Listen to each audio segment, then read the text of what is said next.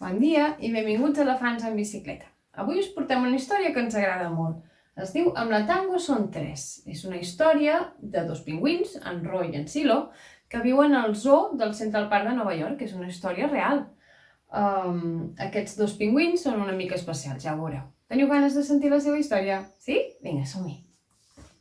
Al cor de Nova York hi ha un parc enorme que es diu Central Park. Als nens els encanta anar-hi a jugar.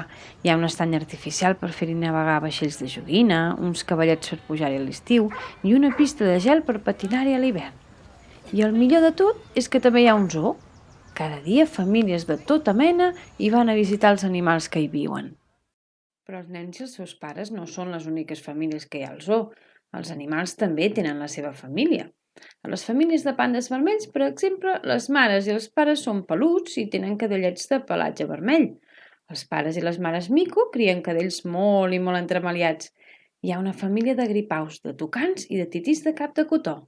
I a la zona dels pingüins hi ha famílies de pingüins. Cada any, a la mateixa època, les pingüines es fixen en els pingüins i els pingüins es fixen en les pingüines. Quan es troben un pingüí i una pingüina que s'agraden, es fan parella. Hi havia dos pingüins a la zona dels pingüins que eren una mica diferents. L'un es deia Roy i l'altre es deia Silo. En Roy i en Silo eren mascles, tots dos, però ho feien tot plegats. Es feien reverències, passejaven junts, es cantaven cançonetes i nadaven plegats. Allà on anés en Roy, en Silo el seguia. No jugaven gaire amb les pingüines i les pingüines tampoc no volien jugar gaire amb ells. En Roy i en Silo es feien abraçades de pingüí. Deuen estar enamorats, va pensar el senyor Grasmai, el cuidador, quan els va veure. En Roy i en Silo es van fixar que els altres pingüins feien un niu amb pedres, així que ells també en van fer un. Cada nit en Roy i en Silo dormien plegats, com totes les parelles de pingüins, i cada matí en Roy i en Silo es despertaven plegats. Però un dia en Roy i en Silo van veure que les altres parelles feien una cosa que ells no podien fer. La mare pingüina ponia un ou, i amb el pare pingüí feien torns per covar l'ou i tenir-lo ben calentó, fins que al final s'obria i llavors naixia un pingüinet. En Roy i en Silo no en tenien cap d'ou que poguessin covar. No tenien cap pingüinet que poguessin alimentar i abraçar i estimar. Tenien un niu molt bonic, però estava una mica buit. Un dia, en Roy va trobar una cosa que s'assemblava al que covaven els altres pingüins i la va portar al niu. Era una pedra només, però en Silo la va covar i la va covar. Quan en Silo li venia son, dormia, i quan en Silo ja en tenia prou de dormir i de covar, se n'anava a nedar, i en Roy es posava a covar. I en Silo i en Roy van covar la pedra dies i dies i dies, però no passava res. Un dia, el senyor Grasmai va tenir una idea. Va trobar un ou que no tenia qui el cuidés i el va posar al niu del Roy i en Silo. En Roy i en Silo sabien perfectament el que havien de fer.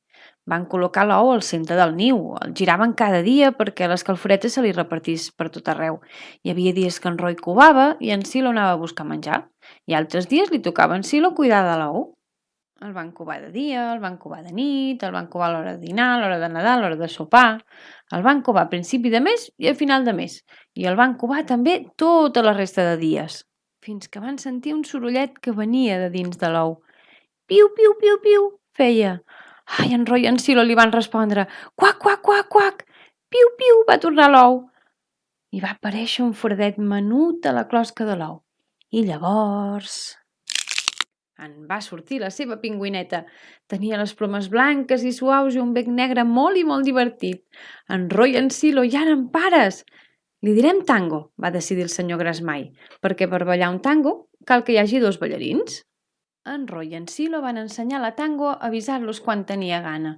La peixien amb el bec i la cotxaven al niu als vespres. La tango era la primera pingüineta del zoo que tenia dos pares. Molt aviat, la tango va créixer prou i va poder sortir del niu. En Roy i en Silo se l'enduien a nedar, com totes les altres famílies de pingüins.